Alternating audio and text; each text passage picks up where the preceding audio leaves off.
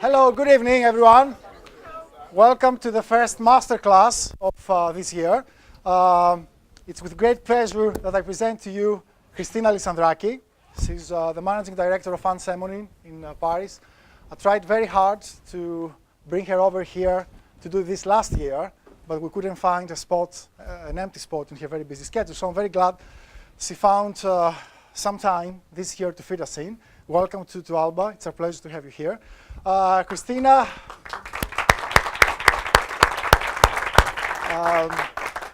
she's here to talk us about creativity from her point of view, her career. There are many interesting things she's going to say, and I'm not going to take or to give out anything. But three things I would like to flag for you is she has a great deal of practical experience about how creativity business emerges, well, evidently, from the title of the presentation, sometimes emerges at the intersection between business and the arts. She has really interesting examples to share with us. The second one is that over her career, she has, for many years, she has been able to engage and encounter creativity from the viewpoint of the functional executive, brand manager of Metaxa, Dom Perignon, Malibu, and of course, ABSOLUT, group brand manager at L'Oréal here in Greece. But now she looks at creativity from a very different point of view, that of the managing director, the top manager. So I'm really looking forward to her sharing her experience about commonalities and differences. That's the second thing. And the third thing is that because she has been involved over the years with marketing and promotional campaigns and advertising, I think she's the right person to talk to us with great achievements, by the way, but I guess she's going to talk about that, although I know she's humble enough, about how creativity plays out in different ways in the brainstorming phase, the conceptual phase, the testing phase, the execution phase. And that, I think she's going to illustrate here with 3 or more examples. So welcome, pleasure to have you here. Floor is yours. Thank you. It's a pleasure for me to be here as well in this amazing environment for the Greek standards. You are very lucky to attending the best university in business and also to have a great professor that I know for many years. So for me it was a great opportunity to come here. And as Babis has asked me to think and really present to you and share with you how I have approached creativity over the years, it was an opportunity for me also to think and pick the projects that I think will be more representative of different type of functions. So to explain to you how what we're going to share today is, first of all, there is nothing here that you will see that comes from a theoretical point of view. It is my personal theory. So you take it as a personal indication. You may like it or dislike it. I have tried to show with you how each of these principles has applied to different parts of my work, and also it has a lot of my personality. So the reason I chose this subject is that I'm not an artist. I love arts, and I find arts as a great source of inspiration. And I do believe that even in the most strict, concrete business environment, there is also parts that we can get inspired from the arts. So, without further ado, let me start with the subject of today, which is how we can create as artists with this frame of mind, but we are executives. You will be, or you are already executives, and you have to deliver specific goals. So, the first thing that comes to mind is what's the difference between an artist and an executive. Now, there are some interesting parts and very obvious differences, but for me, the most important difference is that the artist is driven by his desire or her desire to express himself or herself in a very unique and a very creative way, to show to the world what comes inside his or her mind, but basically to be different than anybody else. So there is no artist that wants to do the same thing as somebody else. The main driver is differentiation, and for some of them also it's fame. Whereas in our business, we are looking for return on investment. We don't have the luxury to create for the sake of creating. We are looking at the goal, we want to achieve this goal, and we are looking to create the tools to achieve it. And if we do it well enough, we will arrive to our target. This target may not be our own target, unless it's our own personal business. It may be our company's target. We may like it, we may dislike it, we may agree with it or not, but it is what sets us up. And if we do it well enough, it also adds to our personal CV, which we need also to think about. Because first of all, we need to sell ourselves. So in our case, we will talk about how we take some examples from the art and how we deliver in the world of business. Another question that comes to mind is whether this is a process or it's inspiration. We tend to think as creativity as an inspirational, more or less driven idea. But in my case, and what I have found out, is that it's not really inspiration. It starts from method. Creative people are very methodical. They are very, very disciplined. And what characterizes them is courage and curiosity, two very important attributes. You have to be curious to be creative, and you have to be courageous to take forward your ideas. And even the most creative artists, there has always been a method. I have taken the examples of two artists that I personally love, and you all know, Salvador Dali, or you know Honoré de Balzac, maybe you are not familiar with their work. Now, Dali has these great surreal images. He said that he sees these images just in the state before falling asleep. He really sees them. He said that he would really see them in front of his eyes. So what would he do? He would take a chair, he would put a metal tray next to him, and he would hold the metal ball. He would sit on the chair, relax completely, until he arrived to this stage before he fell asleep. And at this stage, his muscles would be relaxed, the ball would fall down, and the sound will just wake him up in this middle stage. And that's where he would see those images. And then he would wake up completely and paint them. Honoré de Balzac was completely different. He was larger than life. He was a bon vivant, as we say, who in 20 years wrote 85 books. That's more than 4 books per year. And they had no word processor at this time. So it's a lot of hard work. He would write for 16 hours per day. He would sit. I have been to his house. It's close to where I live in France. It was a very small house, a very small room, only a desk and a chimney, nothing else. He would sit and write for 16 hours. How he would do that? Drinking 30 coffees per day. 30. He is the most famous coffee addict ever. And they say that even if he ran out of coffee, he would drink the remnants of coffee. That was his method, but he was really hard working.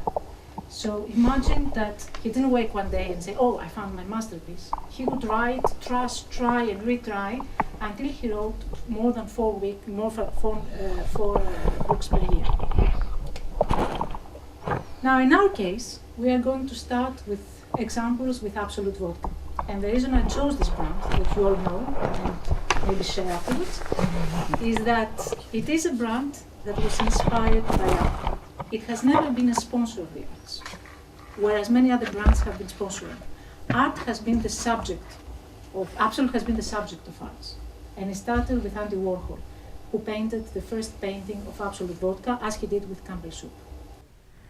Okay, so as we said, ABSOLUT has been the source of inspiration for art. And I think because for all of us who had the chance to work with this brand, art has been a major part of our lives. Now, if you are lucky enough, as I was at this stage, it coincides with what personally matters to me. So I believe it was a very lucky stage.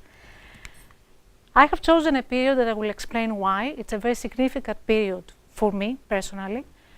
And I'm going to present to you 3 stories where you would see with different concepts and different principles how these were applied. So, let's start by something that I really like. Imagination is the beginning of creation. Now, this saying has a lot of weights to read into that. In my personal view, what it says is that first you define your goal, then you imagine what kind of tools you need to achieve your goal, and then you set out to create those tools. It's the same approach that many times you will find in sports, for instance, where they make the athletes to try to imagine their goal and they are trying to make them work towards achieving these goals by training themselves, because training their bodies is the tool that will take them there. So the process has a lot of similarities. This period, 2000 to 2005, before we'll talk about. That's where I started working with ABSOLUT, and at that point, ABSOLUT was now number 3 vodka in Greece. There was no segmentation. It was number 3 vodkas in all categories of vodka. In 2004, it has become number 1. We were very happy, of course. It was hard work for the company, but it was not enough. We really wanted more for this brand. How we have arrived to this point? We have arrived with a great agency. We had the privilege of working with Alissandraki, a very good agency in Greece. And the reason why we have achieved these goals is that there was a very close partnership. Close partnership to the point that the team was so well built together that we thought of each other's needs before even talking about it. It was much beyond a professional collaboration. And we were very happy. We had won many awards. We were always top in Miss Awards, international awards, you name it, we had it. And then, in 2004, we learned that from 2005, we had to change agency. It was not our decision, it was an international decision, and we are executives. We have to face tough decisions. And the worst thing that you can do to an executive is change his team. Really, it's the worst thing that can happen to you. If it's a good team and somebody is forced you to change it, the first reaction is, my God, what next? What am I going to do? The second reaction is, how am I going to move to the next level with a new team? And there was a lot of discussion within the company. What are we going to do? There was a lot of insecurity. There were a lot of course, there was a lot of stress. But then you have to take a step back and really think about what that can be. And it can also be an opportunity, because change is not by default negative. After working 5 years with the same team, it means that new people can bring a new perspective and new and fresh ideas. You just have to find a way to take these ideas out of them or to generate it with them. So this is where I had to think very closely about how we can move to the next level and frame a process that would enable this new team to come together. Now, when we think about this, you have to think about what creativity means to you. If it is only the classic relationship where you are the client and you have an agency and you just say, guys, I want this brief, just be creative and give it to me, it will never work. Because real ideas do not come like this. And artists, again, because we are going to go back, know that the first key is how you communicate. Now, communication for me and teamwork is key. It can be a turmoil, it can be a difficult experience. It means that people will shout, will argue, they will laugh together, they will tease, they will reject each other's ideas, but they work together as a team, and that's part of the process if you want the people to bring the best out of them. And if you think about it, artists very often live in close communities for the same reason. And the same reason is that they get inspired by each other's work. They get inspired by trying to being different from each other, but they also because they criticize each other's work. Now, if you like the movies, there's a great movie I would recommend, which is called Summer in February. It was released I think last year, and it presents the Newlyn School in UK, the most famous community of artists in Cornwall, last of 19th century, where the major artists of UK emerged. Now, if you see this movie, you will understand how these people were creating together. Each of them have their own distinct ideas, but by sharing and trying to criticize each other, they were doing always something new. It's not the only one. Another example is the Barbizon School in France, and I'm sure if you find out, if you can search today, you will find communities everywhere around the globe where they live from the artists that stay together. Now, this is the inspiration, how we take that into the actual process. At that point, 2005, we were 7 different people. 3, as I remember correctly, from the agency, 3 from the company, and 1 from the PR agency. And we never worked with each other, we never knew each other, and we never had any experience. So what we did, working at this time with the executive director of TBWA, we created a workshop in Elatos Resort. It meant basically that 7 people who never knew each other had to share the same house, the same cabin for 3 days. It's like a Big Brother approach. You force people into the same room and you try and explore the dynamics. And there are certain tools that we created to do that. First, I asked the agency, TBWA at that time, to make a video about what they find truly inspirational. It could be ideas that they had as students, there could be great arts that they shared together, anything that basically inspired. So we started the process by 2 hours of simple inspiration. Now in this case you would do a TEDx event probably, but back then we didn't have this tool. So then we started discussing how we view the same brand, what ABSOLUT means to all of us. It's like I'm not sure if you know the anecdote of the blind people and the elephant, where each of them touched the elephant from different sides and tried to describe it. It's the same principle. Around the end, we all talk about the same brand, and it's much more than what each of us is touching. So by discussing all this, by drinking a lot of ABSOLUT, by spending a lot of time in Arachova, by having a great time and an awkward time, where you are in your pajamas and somebody screams in the middle of the night, in the end, you become more receptive, and that's a great way to create a team. So at that time, nobody has done that before. It worked great for us. It really accelerated the process of working with these people. And they work with us. Instead of client and agency approach, where you go into a room and you sit over a table and you start discussing about ideas. ABSOLUT is a great brand because it's an entertaining brand. You cannot approach it in a very classical or conventional way. So communication was the first part. Another part that I personally like, and it comes from my curiosity, is read and research. It sounds a bit obvious that before you do every kind of project, you research. I'm not talking about the classical research. I'm talking first about reading. Everything. Even you like it or you don't like it, try to read about everything. You should read about literature, science, news, trends, sports, gossips. When you go, you guys, probably you never like, for example, to read women's magazines. You should read women's magazines, even the gossip columns. And ladies, you may not like sports and football, but you should try to read the basics about football. And the reason that I'm saying that this is very useful is because you never know when a piece of useless information will be the missing piece of your puzzle. You really can never know. And for this, in this period where you have all this kind of information, you cannot afford to stay only in your personal interests. So open your horizons, read whatever comes to you. Try when you go to your favorite news site in the internet, not reading only the political columns, but go and read lifestyle columns, for example. And if you like sports, try to read for a little bit of literature. Just the top bestsellers, the new books that come into mind.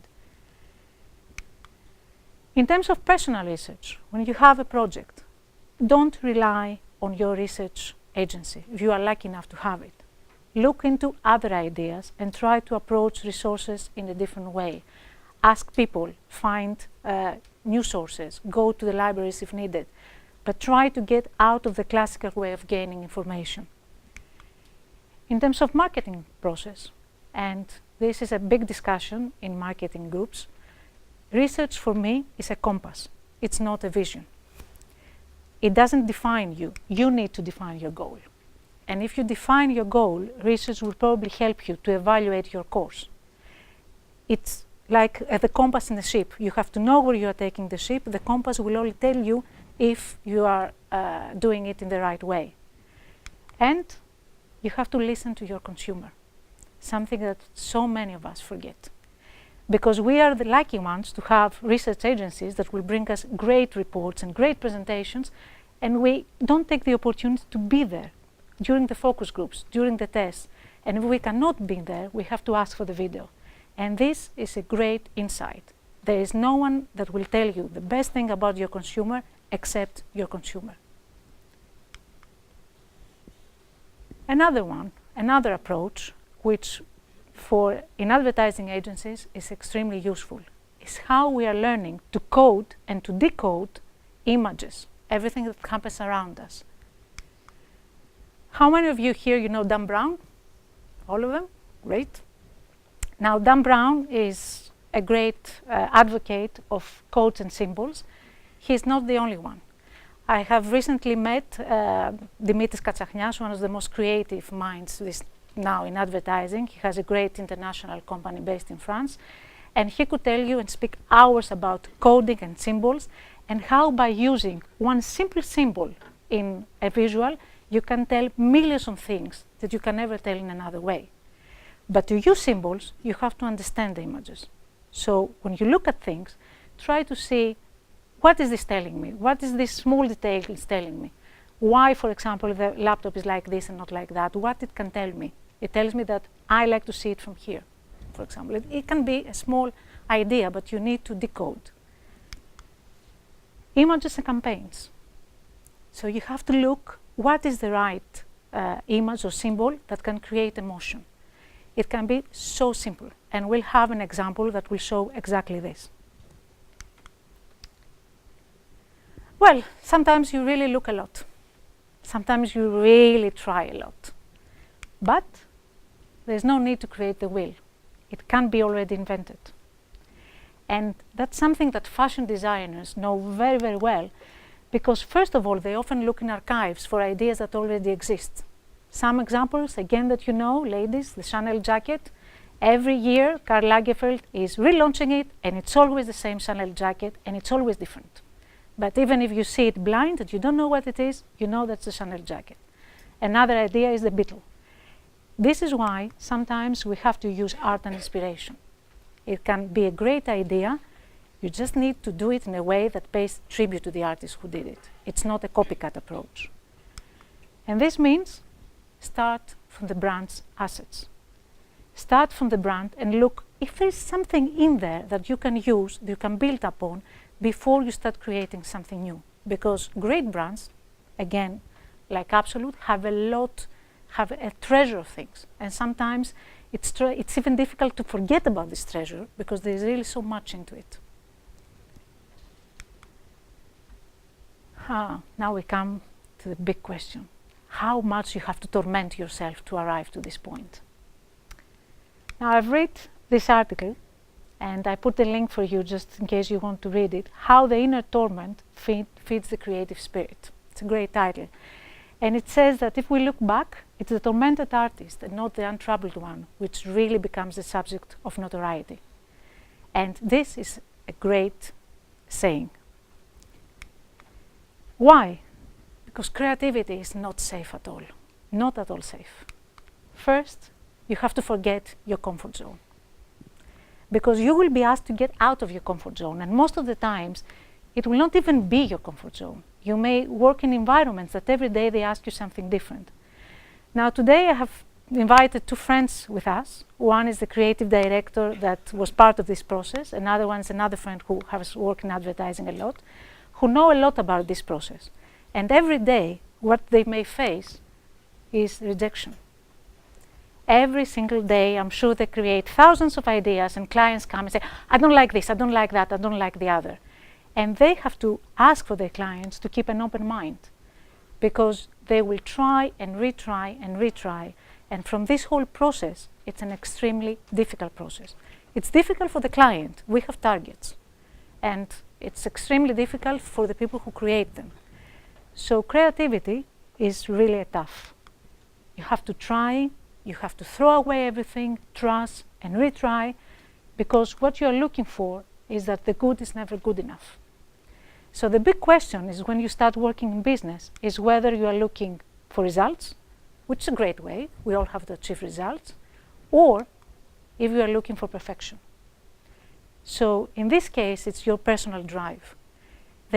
I'm sure there'll be 100 ways that will take you to something that everybody will say, it's okay, it works, let's do it, let's move ahead.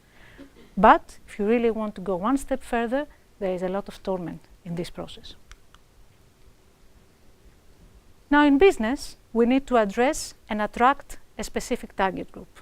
Again, we don't do the whole thing for us, we have to do it just for a specific business purpose. We have to address a target group. Now, sometimes if you are lucky enough, there will be a lot of ideas coming to you. And most of these ideas will be brilliant, very expensive ideas. If you work in Absolut Vodka, people will just mail you with ideas. Everybody. Your mother may have an idea. Your father may have an idea. Creative agencies around have a lot of ideas. And some of them are tempting. But again, most of them are expensive. That's why I'm saying it twice. And you will have a budget. And you cannot do everything.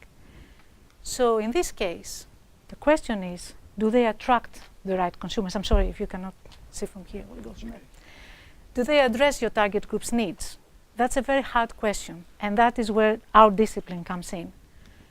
And you need to train your team to measure what is the brief and the concept. Now, with all respect to agencies, I have been very often in the case where they try to show that their concept meets the brief, and it doesn't. The creative agency can be very creative in doing that. So it's your first job to take a step back and really measure what you expect and if it addresses what you expect. Most of the times you will see that only one idea of all, or two or three if you are lucky, can do this work. Evaluate. Now, it goes without saying that we all need to evaluate, but how I have seen it's very useful in my work is that the first stage is 2 or 3 ideas before you move forward. There is a lot of talk about gut feeling, and I'm a great advocate of gut feeling, don't misunderstand me, but most of the times it's not something that you can do on your own, and you have a responsibility to your company. And if you have the tools, you need to choose at least 2 or 3 ideas and evaluate them, because you never know what you're going to listen. Somebody may tell you something very useful and you are going to change your gut feeling. So it's always useful to test something before. How you do that? You can test it, you can have a research or focus groups. Sometimes you can use prototypes. It's very easy to think, and most people forget that it's not very expensive to create a prototype and really test the reactions. Another way is pre-testing. You can select an area, a geographical area, or even a small part of your business and test an idea there. Even if it clicks, it doesn't matter. If it is small enough, you can always find good resources. Now, during launch, you know the saying that says you should never miss an opportunity to do a good first impression. Now, in this case, you never miss an opportunity to choose and check the first reactions. This is unique. You have to see the eyes of the consumer when you show them your advertising. You have to see the eyes of the people when they test the first drink. You really need to see their first reaction. So for me, it's an extremely useful point. Because there's still time to make changes. We have made changes to campaigns that were going to run on air in the next 2 hours. You know. So we never miss this opportunity. You can always make a last-minute change. Even if it means stressing yourself, stressing your suppliers, stressing your agency, stressing everybody around, this is key. You have to do it right. Now afterwards, of course, after completion, if everything is a success, nobody will care. But this is where you should care, because if it's a failure, you will find at least dozens of reasons why it's a failure. But if it's a success, first you have to see, have I done it against my objectives? And I have to see if there is something I can learn and do differently. Even a small detail that I can learn from my next project, even if it's a success, I really want to do it. Evolution. Now, when I started doing this presentation for you, I had to look into tons of materials from the year 2000, and some of it made me laugh. I said, my God, have I approved this material? How is it possible that I was the same person that approved this and I really launched that? My God, I'm even ashamed. Why? Because we have evolved. Human creativity is distinctive because of one reason, the adaptive and open-ended mind in which change accumulates. And that's a paper that I really find very interesting for you if you want to read another resource. Personal evolution. We are all different than 10 years before. We will all be different 10 years after. And this is good. This is okay. it means that if I don't do the same thing today as I have done it 10 years ago, it means that I'm better today. I shouldn't keep a close frame of mind. So how I personally evolve, how you personally evolve, defines you. How your team evolves, it's a different issue. You have to allow your team to evolve. Because very often teams tend to do the same things because they are safe. So again, you have to take the best out of a team and allow it to evolve with you. And finally, the brand evolves. Every brand is not the same now as it was 10 years ago. Some for the worst, some for the best. But the brand evolves, and you have to understand your brand and how you want it to evolve in the years, because this will define the creativity process. So, just to summarize the basic processes that I have found the most useful in all these years. The first is communicating and coding, read, research and recycle, evolve, address and attract your target group, try, trust, retry, and finally evaluate. And that's just a way that I can summarize it for you and remember it. I think they are all rather simple, and there's a lot of theory behind them, but again here we are going to talk about practical. So, let's have some examples. Is there any question until now? We'll do it afterwards. I have a question. Yeah. Did this experience during the weekend with your new team, besides bonding you, did it actually help you in creation or, thinking? The first, when we started with the team, we didn't have a project at this time to create, because we had to allow some time first to bond as a team and then to start the first briefing. So of course we had to do the whole plan of the year, but before we even discussed any kind of creativity, before we even did anything like this, we just said crazy ideas.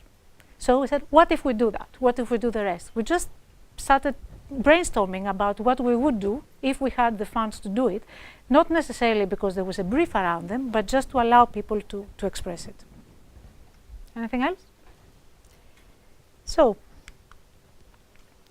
first project. And the reason I chose this project is because it will show you a thorough research from beginning to the end, a very by-the-book way of doing things, where researching, communicating, and addressing the target group's needs were of the main importance in this case. In 2007, ABSOLUT had to change the campaign. Until then, it was ABSOLUT something that you knew, and in 2007, ABSOLUT launched in an ABSOLUT World campaign. And Greece and with Germany were the first countries in Europe that had to launch this campaign. Now that meant that from something that symbolizes ABSOLUT, something whatever that was, we have to find a visionary that will imagine what would be his ABSOLUT world. Because we wanted the campaign relevant to the Greek audience, we didn't just want a vision, we wanted to make this vision into a 360 project, everything that we could do. Target group. Completely different way of segmenting the target group. You will not find anybody who knows about this, because this was a project only for ABSOLUT Vodka. A new segmentation study, completely different from anything that we had before, which changed our target group. So the key is who we're going to choose. And in the end, the ABSOLUT challenge was that this person had to create a bottle design. Not dress the bottle, not paint the bottle, really put the colors into melting the bottle, the actual shape of it. Now this was what the segmentation had arrived to, what was the brand navigator for ABSOLUT Vodka. Let me explain how you read this. First of all, you read the ABSOLUT vision. At that time, everybody has decided that ABSOLUT Vodka would be one of the 10 most influential brands in the planet.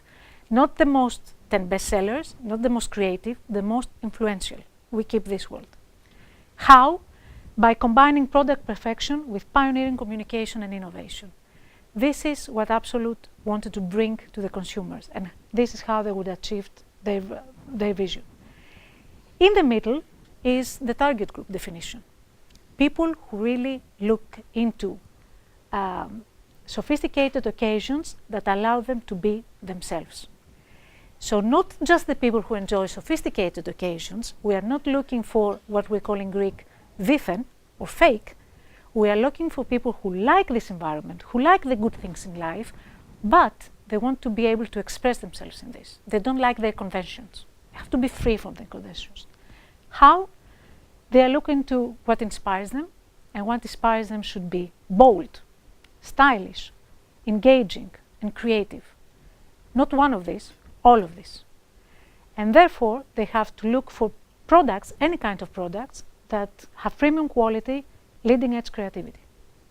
So it sounds very complicated, and it was, but in the end, this is what you take, and this is where you start your process. And that's why we call it by the book. You try to understand who is this person and how different it is from the person I have right now as my target group. Now, it was 2007. Probably our target group was the people who went to Bouzoukia, Vendée, or Lisset. This is where we were.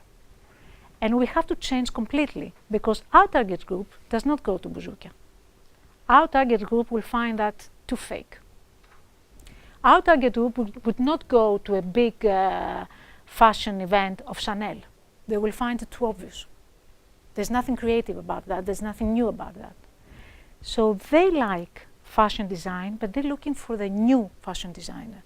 They like stylish things, but they look for the new style, not what everybody else is doing. We call them confident explorers. Not we here, the ABSOLUT team called them confident explorers. And it took us a lot of effort to really try and understand them. They appreciate performance. They want everything to deliver. They don't like anything that's fake or pretends to be fake.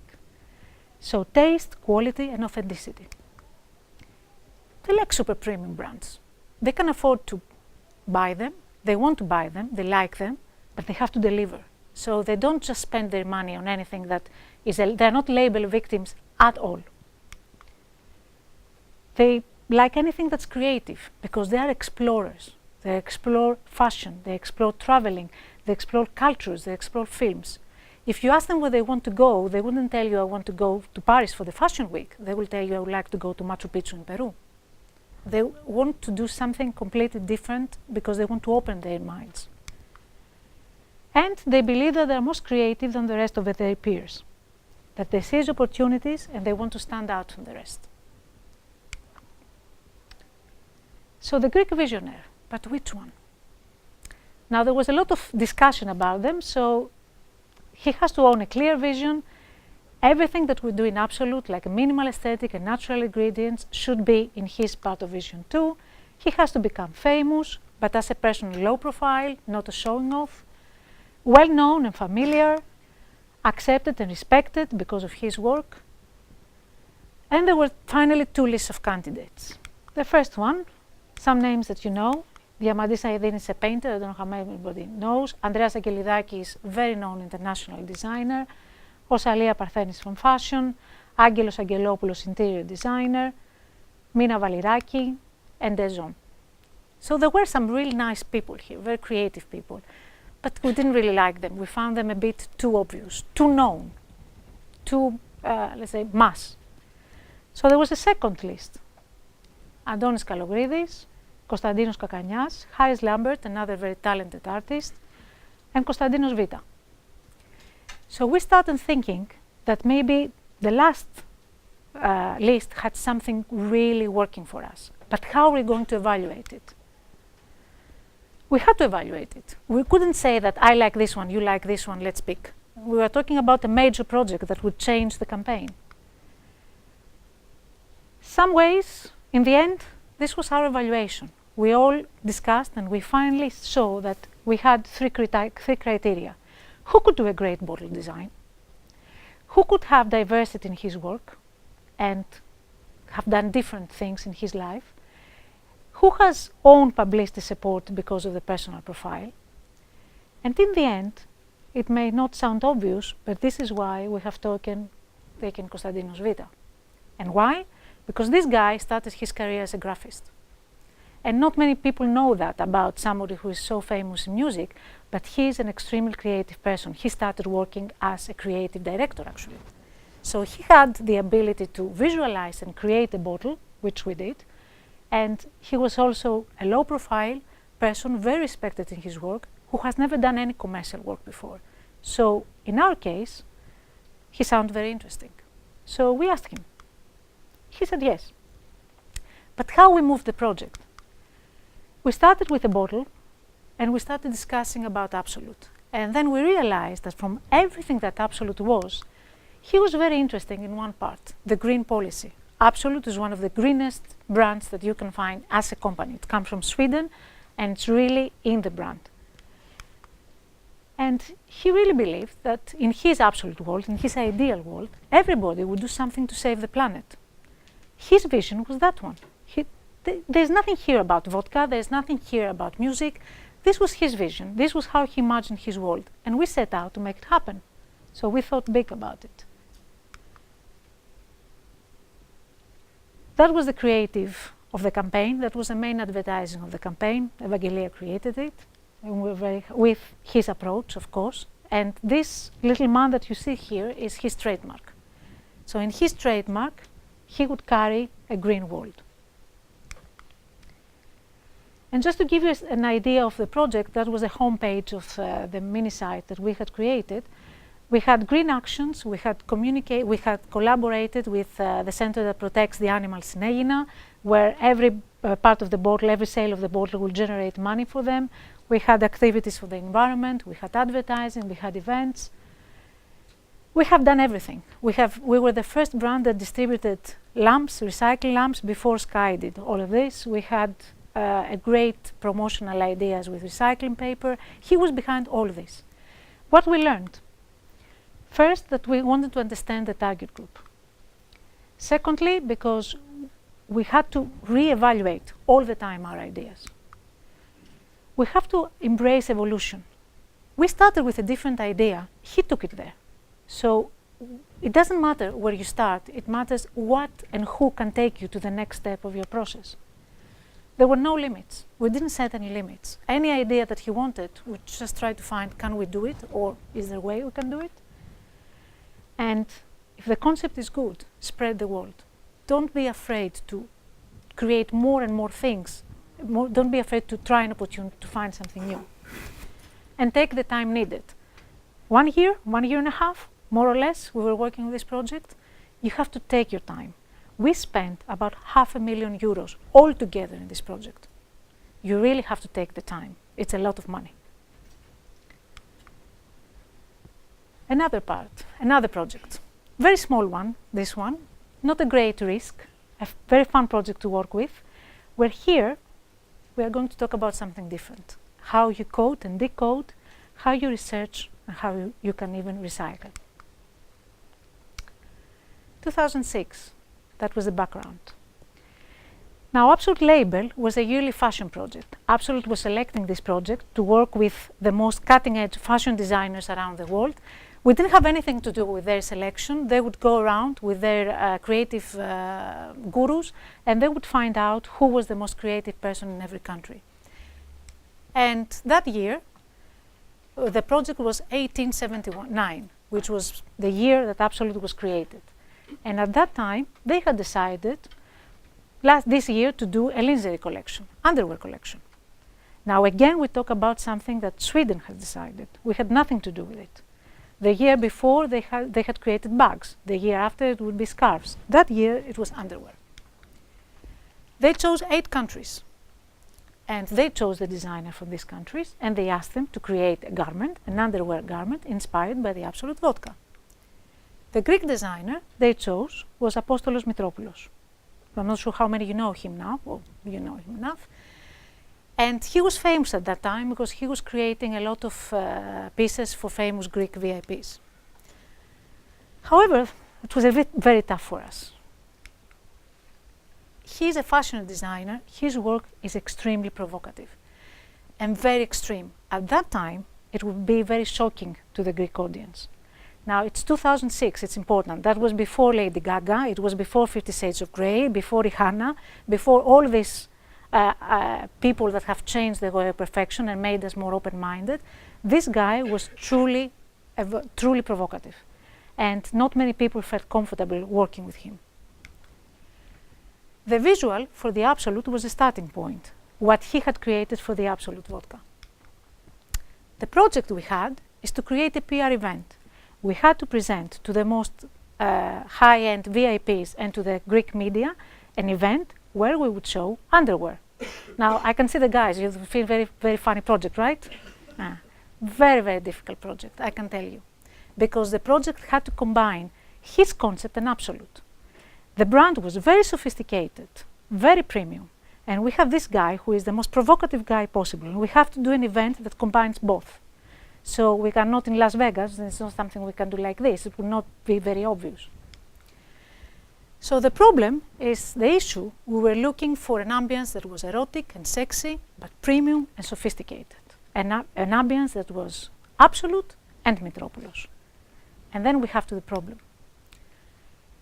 Definitely out of our comfort zone. Now here there is no work with an agency. We were 5 people within the company, from the PR and the salespeople of the nightlife, and we have to decide how we are going to create an erotic event. And trust me, it's not something you discuss with your colleagues. Okay? It's not something that you feel comfortable. So the result is that everybody said things that were very superficial. So the guy said, okay, let's bring nude models.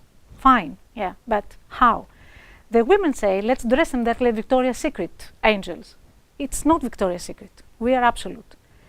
The nightlife people said, oh, let's put great music and some dancers around it. Again, everybody had their ideas, but nobody really dared to go beyond this because nobody wanted to touch the subject. So what do you do in this case? You have people who are colleagues and they have to find a way to do this project. They are not very comfortable about it. So what you do is that you take the visual and you use it as a starting point. And let's see that visual.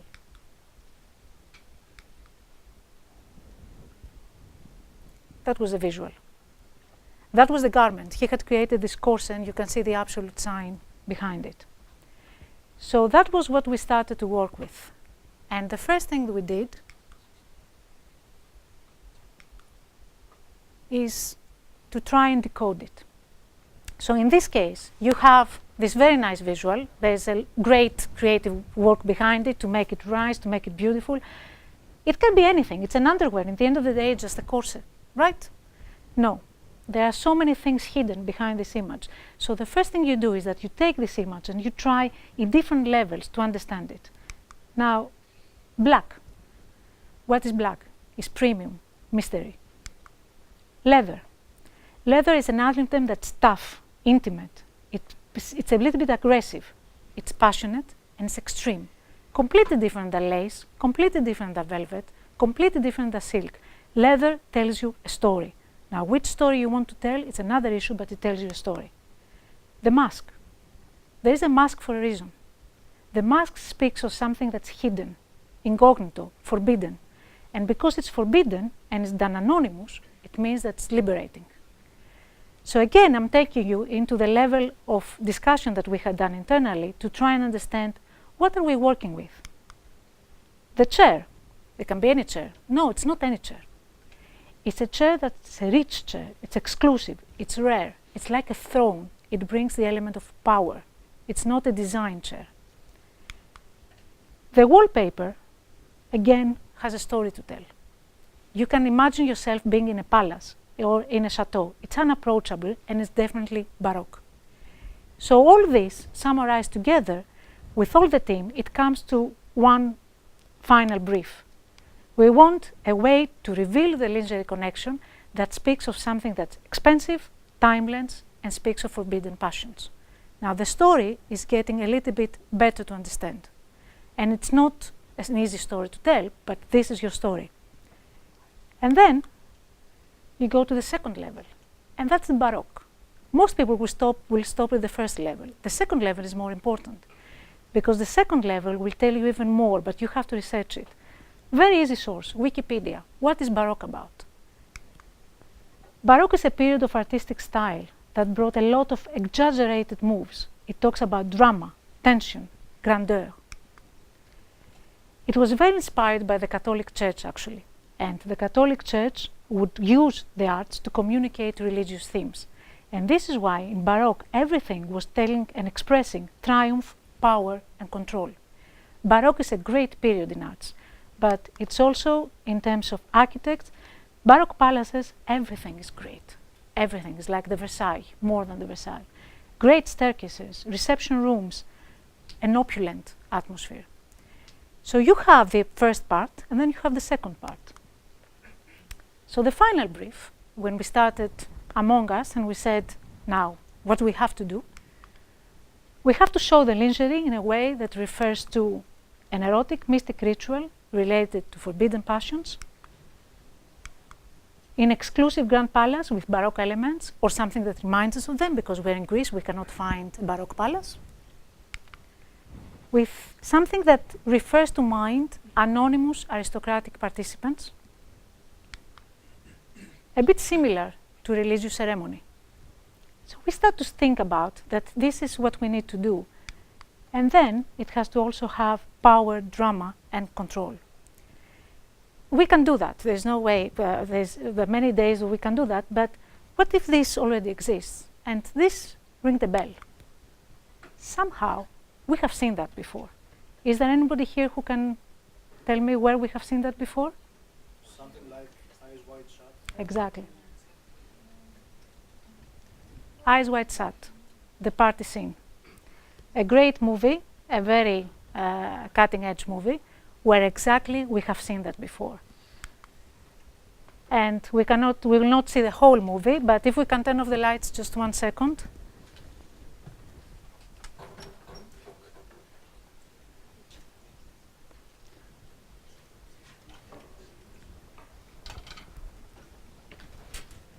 Now I have taken permission to show you this part, okay?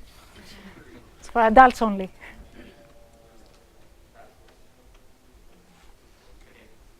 Can we increase the sound?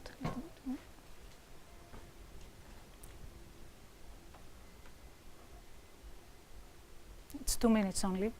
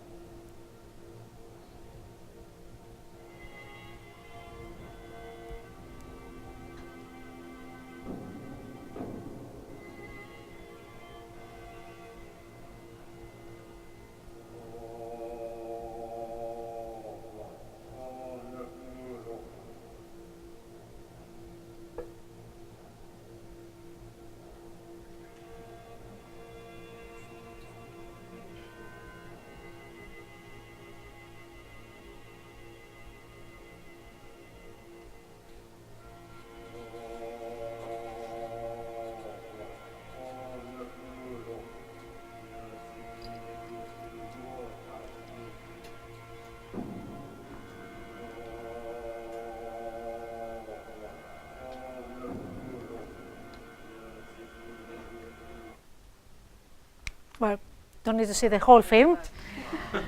However, this was the idea, and this is what we have done. We have chosen a club. It was called Motel. I'm not even sure if now it exists. And we had created, we cannot see it here with the lights, but we had created even the wallpaper around it. The models went out with cups, all covered with cups, with candles, exactly the same music. Everything was done with Mitropoulos' approval. He really loved the idea. It was very close to his way of seeing things. And that was the end, the tableau vivant, that was the main picture for the media. They went wild. There's no other way to express that.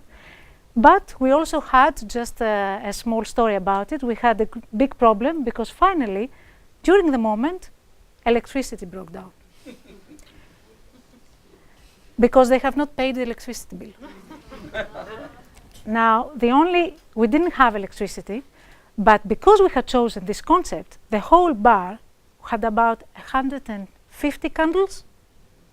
So we have created this atmosphere because we used candles, And we didn't have electricity, so when electricity stopped, everybody believed it was a special effect. It was not a special effect. We could see each other, but we didn't have air condition. So the party afterwards continued in the little street that was next to Motel MCD until police came and really kicked the VIPs out. We are talking about people like Van Dijk was there, Big was there, I don't even remember who was there, half all the wild crowd and whatever, Kalogridis was there, all of the fashion designers, and they kept drinking and drinking until finally police came and asked us to stop. And third project, dedicated to my friend Babis, Birth City, and a project that we are really very proud of. In this case, we will talk about research, torment, failure, and chance. And that's the last project. That's a nice book I have personally read, and I recommend it to you, Chase, Chance, and Creativity. On December 1854, Louis Pasteur gave an opening speech, and what he had said is that in the fields of observation, chance favors the prepared mind. It means basically that you are preparing yourself, you are training yourself for the moment that inspiration will strike, because it really, this is the point that you are expecting, but you really have to be prepared. So, we're talking about absolute cities. It's a campaign that I'm sure you have seen a lot, where Absolute would pick a city, would create a campaign around the city with something that reminds of the city in the shape. Cities were selected carefully. There should be a very good reason to select it. And the best city life arts took a life of their own. Now some examples. Bangkok, Milan, Dublin, New York, Seattle. Just some examples.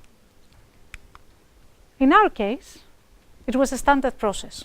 We had to involve the international agency of TBWA, their headquarters in Paris, and we also had to work with our agency in Greece.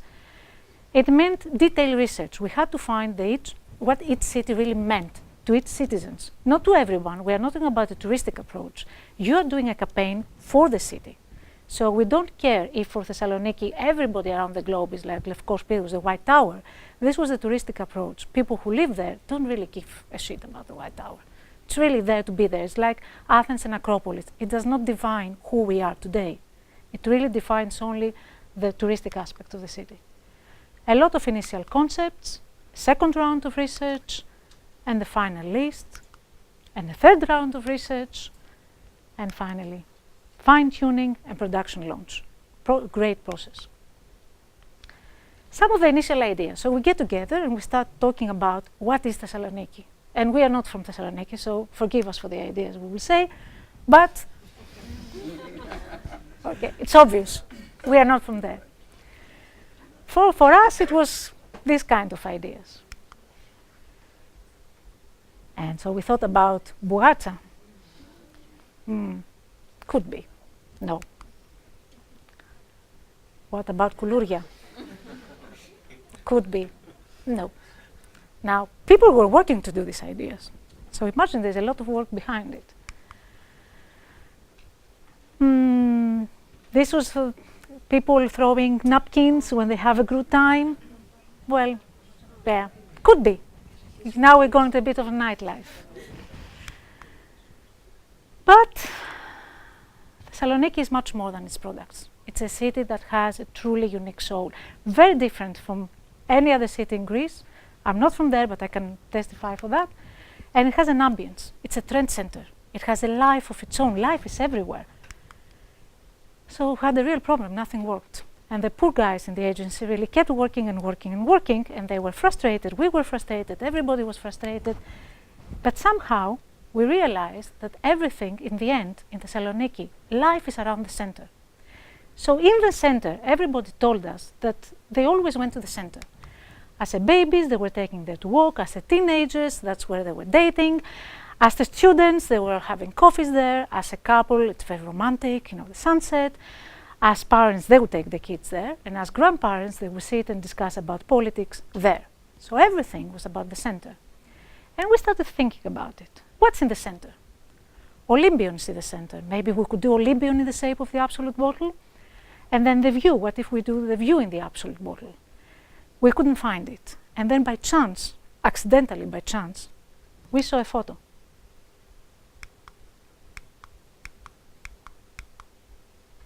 And that was the photo. And then we saw, guys, come on. This is the only city that has a bottle in its heart. We don't do anything about it. We just have to shoot it from the right angle. When, for us, the best time for Thessaloniki is just when the night begins, where the city becomes alive.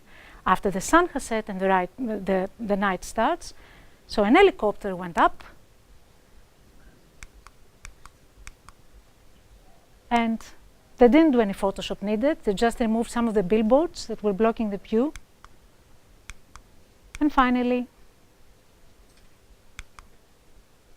that was the campaign. Truly wow. I think we are very proud of this work. We have shown it, even it was selected one of the 10 best campaigns ever from CNBC, and it's real. There's nothing there. Now, when we took this campaign and we put it in the billboards, people were just breaking the bus stops to take the posters.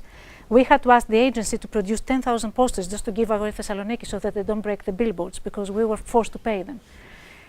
And this was, for me, one of the best campaigns ever. So this completes what we have discussed about Absolute. And just to give you a last clue, what happens today? So I was this person that was very happy and very pleased to work with artists, to work with great creative people, and I have to find myself in a completely different environment. Now, what is the company that I work today? It's a spa cosmetics company. We provide products for professionals in spas, and that's where they also sell retail products. So we work with hotels around the world. In 2010, when I joined the company, it was totally focused on spa. And that's what we did. We only provided top hotels around the world with our products. We are a business-to-business company. We don't sell directly to consumer. We sell to hotels and spas. So we don't have this opportunity to interact with the consumer. At that time, about 30 different countries. Full services. We provide consultancy. We can set up a spa. We do operational consultancy. We do trainings. And we are the only independent company in the world of giants in our field. Some of the brands you may already know, like Carita, ladies, the Cleor. We don't talk about something you don't know. Even Balmain or Elemis. And we are independent.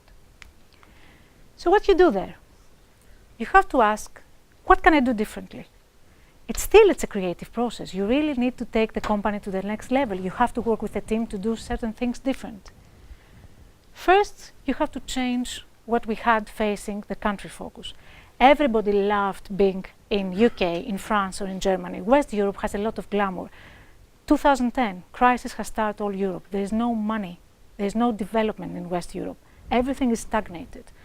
Where is everything happening? East Europe. That's where people are getting the money. You know today that Russians are everywhere. At that time, it was not fairly obvious, but this is where change begins. So you have to make people shift their focus. You don't care if your distribution is perfect in UK. You want to be the first who is launched in Ukraine and Georgia. Second part, distribution focus. E-commerce.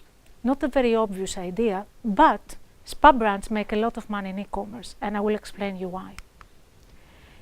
Because it's a very difficult process. In the spa, you personally interact with a client. You are massaging the client, you're giving her a facial, and you have to forget about it and sell your product via e-commerce, which is the most unpersonal environment you can ever imagine. Changing the products. New markets require new products. For example, we are in Asia, and we never stop and ask, what do Asian people want? They don't care about tanning, they care about whitening. This is their concern. So if you are in Asia, you have to provide what people want. They want to be white. And even in existing markets, there are lucrative opportunities. We never produce massage oils. We thought, come on, we can do the best high-range facial range in the world. Why would we do a massage oil? Because massage is 60% of a spa business. And if you don't have the right massage oils, you are losing this 60%. So if you want extra volume, and it's easy to do, why not do it? So I've taken an example how we took a spa company to e-commerce. Why? Because our end consumer is a spa user. He or she travels around the world. She is one day in this resort, the other day in another continent, and she looks to buy the products, and she cannot find the products next to her house. She really looks in the internet. And they also want exclusivity and being in a secret. They don't want to use what everybody else is using. So they don't want to buy Estée Lauder, for example. They would buy Carita, but they would not buy Estée Lauder. They don't want what you can find in a department store, in Hondo Center. They want different things. Retail is for brands with high awareness. It's too expensive to create this high awareness. You need mass advertising to be in classic retail. We have very sophisticated consumers, niche luxury consumers, who are used to buying on the internet. And there's a lot of profitability, much better margins. You sell in the end retail price, you don't sell in wholesale price. So imagine that in this case, margins can be about 90%, not 90. So there's a lot of control of experience, there's a direct relationship, and there are more available tools at low cost. You can do miracles with social media to drive your business forward. This was the site that was there in 2010. Very basic. We sold about, 35,000 euros of products for the year, nothing, basically, really. We just had to have it. And we started discussing about creating a new site. Now, the first approach was this one. It didn't work at all. Why? Because the company wanted to do a new site, but they were not committed to what it means to do a new site. So basically, somebody internally designed it and just put some colors around it. There was no thinking, there was no strategy. It was a very difficult process. We had already lost 2 years. And then we decided finally, we have to do it right. And this is our site today. It is created by Folk Agency in UK, a great agency in digital work. And I'm very proud to say that all the technology is created by a Greek company, Lighthouse. All the platform, all the e-commerce is created by a Greek company. There are amazing Greek companies and much competitive to everyone. So we have someone in France working with an agency for this digital design in London, which is developed by a Greek design. Some results, a lot of revenue. I don't need to tell about that. E-commerce is now 9% of our turnover, and we have not even touched the surface. We just scratched a little bit the surface. There's a lot to do about it. Minimum initial investment, we didn't spend a lot, and there is still potential to grow because we have not even advertised it. We have now customers in 50 countries, not the 30 we are in, 50. So people are buying from everywhere. The average spending by customer, 240 euros. And 20% of them are men, by the way. Profitability increase, of course, since 9% comes from your best profitable margin, of course the profitability has increased. And of course now we have a stable distribution in the classic retail, so we don't need to focus a lot on classic retail. We can keep it as it is. So, just to conclude what we have talked about today, in all business environment, the first question to ask is, what can I do differently and how I can do it? Creativity means change. Change takes time. It took us 2.5 years to do the site because we had to change a lot of minds inside the company. In business to business, very often the end consumer is ignored. So if you have someone who has the knowledge of the end consumer, it's an added bonus, because we normally cared about what does the spa want. It's not in this case what the spa wants. A new market can be a learning source. We use distributors, but distributors block our view. So distributors tell us what happens in their markets. We have to go out and find what happens to them. And this way, you have to travel and learn. But the same principles apply. Everything that you do in the end of the way is creating something new. So this is it. Thank you for your attention. I hope I did not bore you too much. All yours. Fire away. Let's get a question from Maria first, and then please. Well, actually, it's one question and one comment. First of all, congratulations for the site that we have created. I've gone through before coming here. I was very interested in the Spartos meeting, so I really wanted to see what you have Good. done. I'm happy you like it. Yeah, I believe it's very attractive. the pale colors and everything, very many white spaces, and the protagonists are the products, which I believe it has contributed a lot to your sales and everything. My question, though, has to do with ABSOLUT and the change. I mean, the market, the target change that you have made is, you know, immense. I mean, there is a big gap between the former target and the target today, right? Yes, definitely. So from what I understood, this change was directed from abroad, right? From No. headquarters? No. No, it was not directed for abroad. In 2004, as we said, ABSOLUT was the #1 vodka in Greece. In 2006, Greece was the 3rd international market in ABSOLUT sales. So in 2006, ABSOLUT was selling more than every European country, more than Sweden, which is their own country. We were just behind Canada and US. So this was our target. Nobody would expect Greece to sell as much. And nobody would come and say, we want this volume from Greece. In fact, we were kind of left alone, and this is what allowed us to do this. So it was our internal focus. We said, let's aim higher and higher and higher, until 2008, where the ownership changed and belongs to another company. Okay, so this is very good, actually, but if this decision was coming from the headquarters from another country, and you wouldn't believe in that, would that hinder your creativity? Oh, there were many things I didn't believe in. Well, not one or two. First of all, imagine that we have to do a new campaign. And frankly, we didn't believe in it. We really loved the previous campaign. So the whole challenge of changing the campaigns and being the pilot country that would do that, didn't come from within. Nobody of us were happy about it. TBWA, you remember? So I'm asking Vagelia because he was there. We were crying literally because we had to lose this really nice idea we had. But the approach is the same. In the end of the day, it doesn't really matter. Let me just build on that. I mean, actually, I think you did a wonderful job to illustrate all these constraints and obstacles and frustrations, right? So you have you're talking about a product that its basic strategy is designed somewhere else, and then you have to somehow to play within these margins. And you have a certain budget, and you have your team, but then you have to collaborate with an advertising agency, and you have to work with these designers that they have their own schedules. So here you have to deal with many constraints, right? Yes. And so what would you say? Is it flexibility? Is it being open? I would just struck also by what you mentioned about the last campaign, when you tried things, they failed, and then basically you just adopted something. So what would you say? What would be the advice? What would be like the basic skills? Is it being open, being it can be many things. Personally, what I was looking for was always what I believe would be perfect. So I was kind of tormenting the agencies I worked with. They were not very happy always to work with me. So it's not that they would say, oh, it's great, let's do this work for ABSOLUT again. But if you believe in what you really want to achieve, you take this risk. And if you are lucky enough, in the end, you find people who share this. So when we had to make changes, we make changes. We had changed the teams. We had fired people. It's not an easy process. When you are in business, there's nothing that's easy. You have to, people will first of all tell you that you don't have the budget.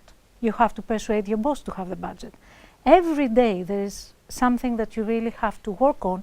But if you try to understand and if you try to focus on what in the end you have to achieve, you find a way. But it's not very easy. So flexibility, I wouldn't say. I would say persistence, stubbornness. You really have to be stubborn.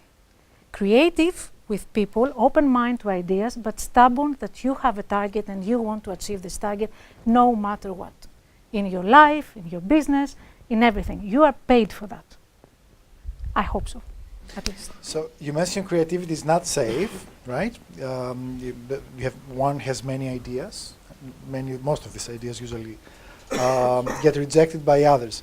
So try to figure out if somehow you have come out to a conclusion about when it's a good time to let go, to compromise, if you will, and when it's a good time to take a good fight for one's ideas and not to compromise.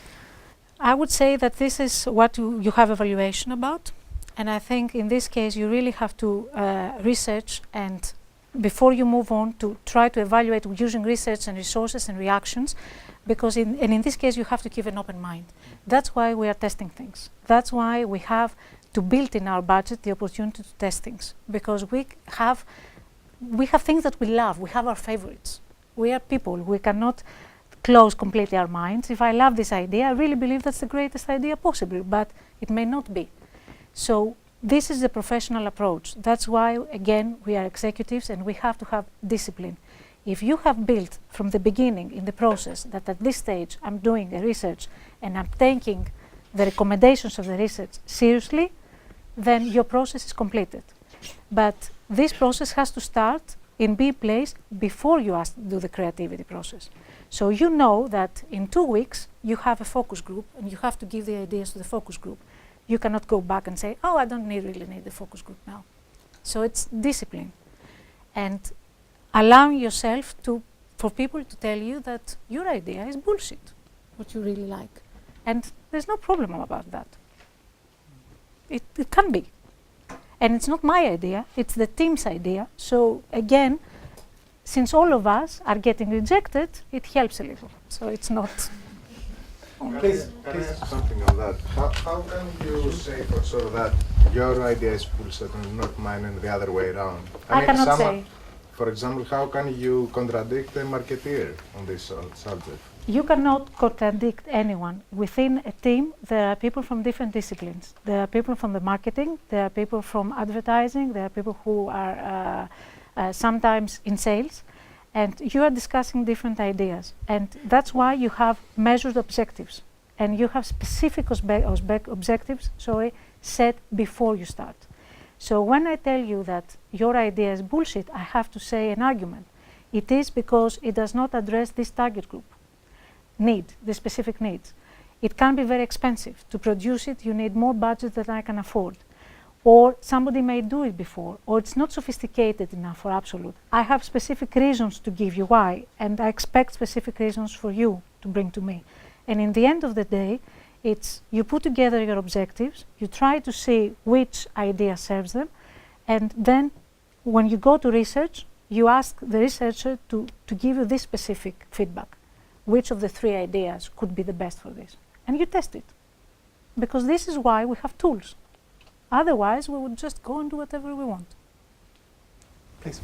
I want to ask, how do you evaluate if an idea or a project is so successful afterwards? Again, you have to see the objectives that you have set.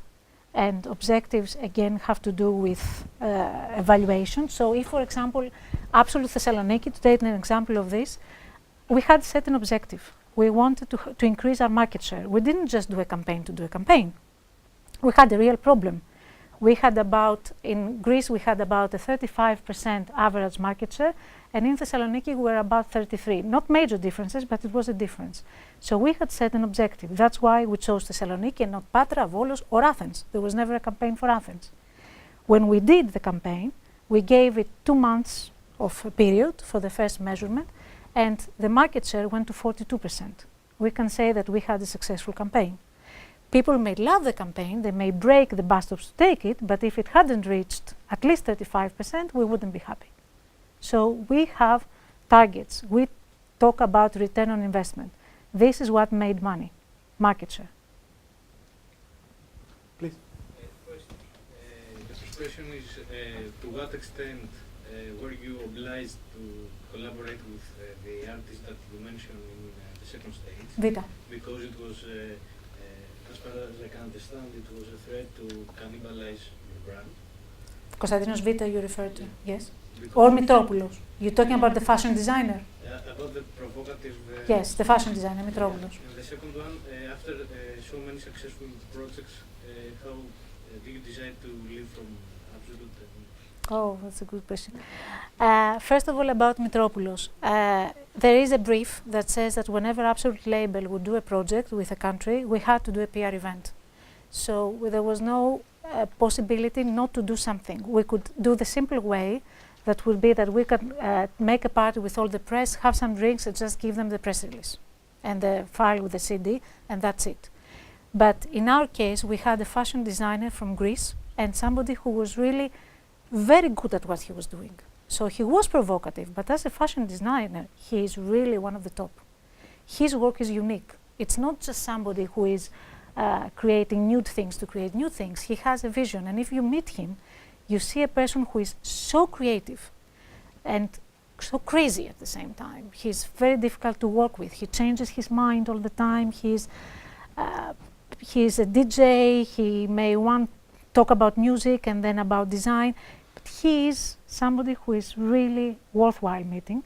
And we thought that we should not be afraid of that. Why should we? If we didn't find the right concept, maybe. But let's try. In the end, as I said to you before, it's not an expensive project, this one. You could play around a little bit. Now, the second part, why I left. First of all, ABSOLUT left the company. So ABSOLUT was sold internationally to 2008 to a new owner, which is Pernod Ricard. And in the company that I was working with, there was no real subject. I was working with other brands as well, but ABSOLUT represented 35% of our turnover.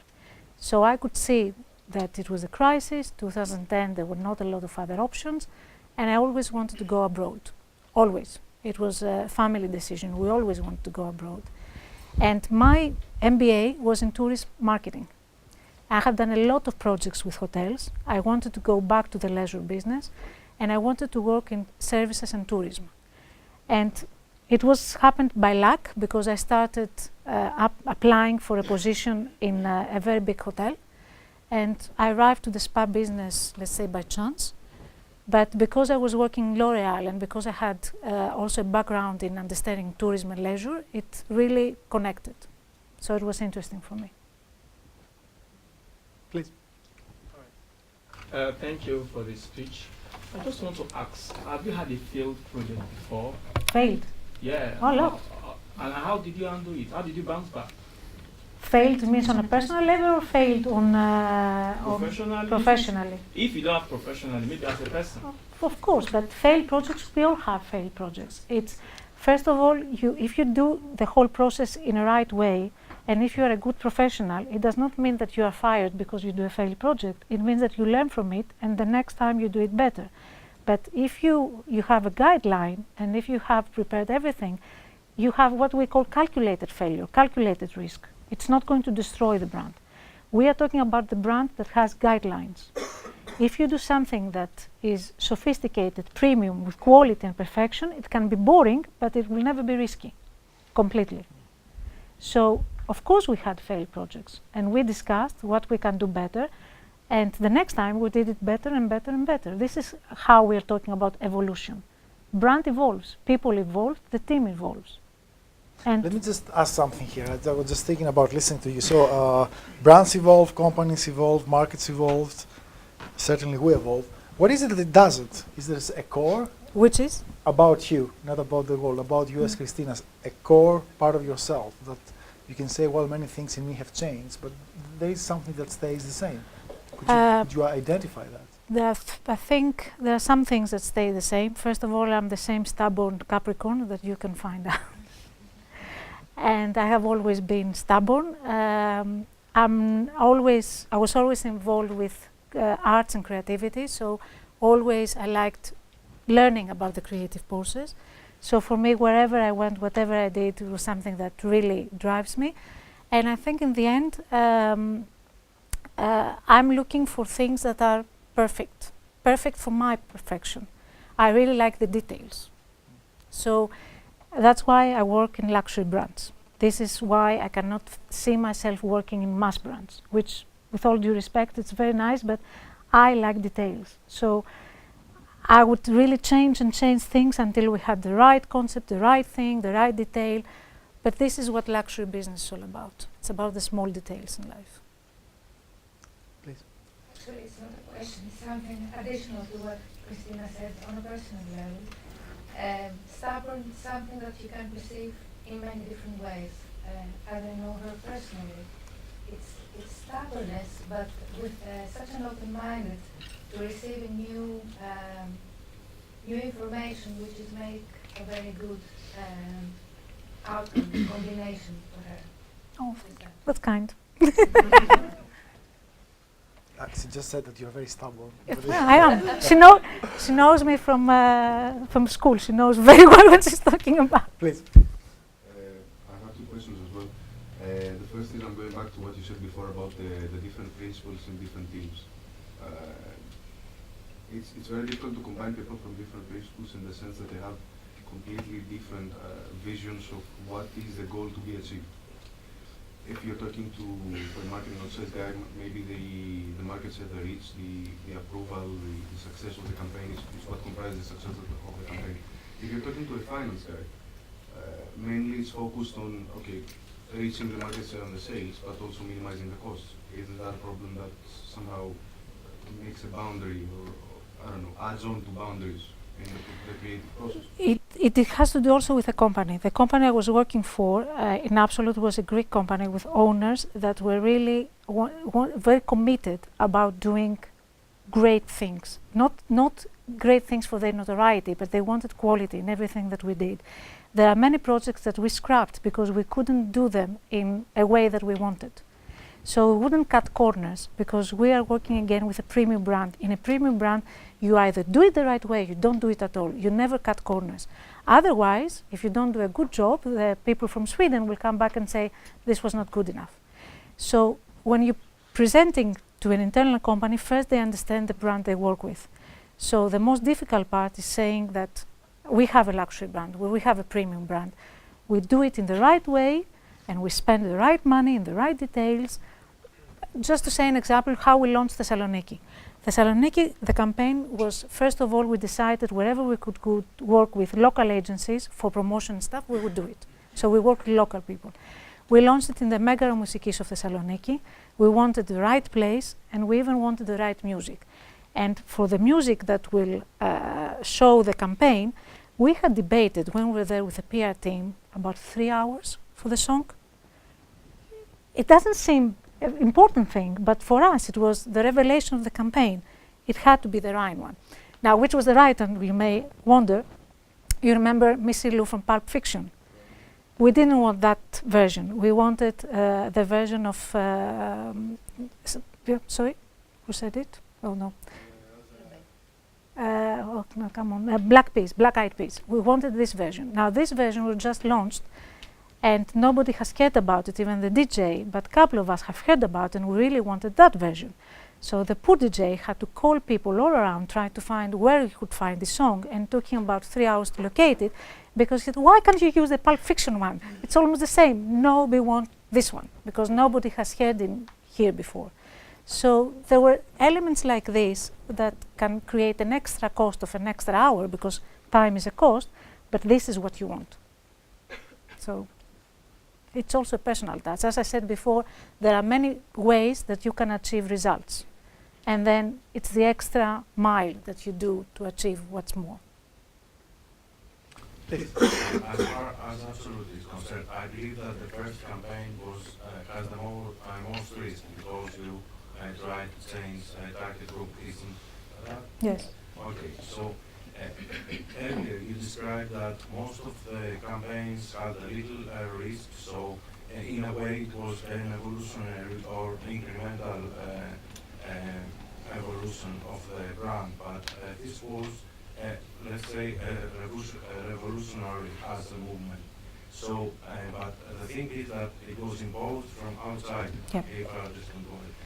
Would you move to such a revolutionary movement on your own? We should, and it's true. We have faced, it was true that we had many issues. We were one of the most advanced countries and sophisticated countries in advertising, and we had found out that really we had stopped being surprising. So we had a real issue. It didn't start from one day. It was something that collectively all the people in ABSOLUT had discussed, because we were part of an international team and we worked very close together with other countries as well. It is true that the campaign had become predictable. So changes were needed. Now, for this first change, we're not very happy about it until we started working with the Greek project. And then it became a source of inspiration. We thought that there were potential there, there were ideas there. But the problem really existed. So we should have changed. Now, if you ask me if personally I would create that, I'm not the creative director of the company, So maybe I would have thought something different, I don't know. No, the thing is, if you could feel that you needed the change Yeah, or yes, something yes, more. definitely, definitely. We really needed a change. It was the same campaign from 1979. So really you needed to change.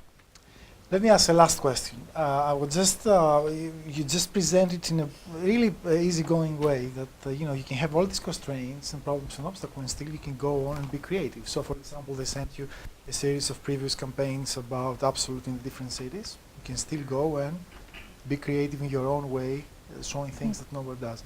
I was just wondering, how easy can you take, because you mentioned before how many things you transfer your ideas, inspirations from your personal life to your professional life. How about the other way around? What is it that you have learned out of these years of doing these campaigns in Greece, in France, that is turning out to be useful or helpful in your personal life? I have learned a lot from the brands I work with, and apart from ABSOLUT, there's another brand I have worked with that we didn't have the time to talk, which is Moët & Chandon, which is a champagne brand. Moët & Chandon is part of Louis Vuitton Moët Hennessy, the most known luxury goods internationally. And what I have learned from this company is they have an obsession with detail. An obsession that can be frustrating, but then can be very liberating, because it gives you a guidance that everything you have to look for has to be the absolute perfect material. You work for something and you look at the finishing touch, and then you cannot see the world again the same way, unfortunately. So you really are getting addicted to nice things. And of course it makes you frustrated because you can always buy them, but you can appreciate them. So for example now, I was not ever a fashion person before, so I was never into fashion as a personal interest. Now in Paris especially, I go to a lot of exhibitions and I appreciate the detail in the fashion work. Not the style, not even the creative, the real detail. In ABSOLUT, we had an event with Jean-Paul Gaultier, and we were with him in his creation in Sweden. And he was this guy that had created works for ABSOLUT with Swedish legends. He's an amazing person, so warm, so nice, and he really tells us about 2 hours about the stitching detail in one of these things, and how difficult it is and how many working hours it takes. It makes you realize the kind of craftsmanship and authenticity behind the luxury brands. So before you would say, oh, well, guys say, well, my girlfriend wants to buy Chanel. Why? Because it's Chanel. No, she can really want to buy Chanel because it's really worthwhile. Okay, so I never thought about it before, but I tend to think about it now. No, thank you very much. I cannot buy the Chanel. I don't know if we are going to believe it, but thank you very much for coming. Thank you so much. Thank you, everyone.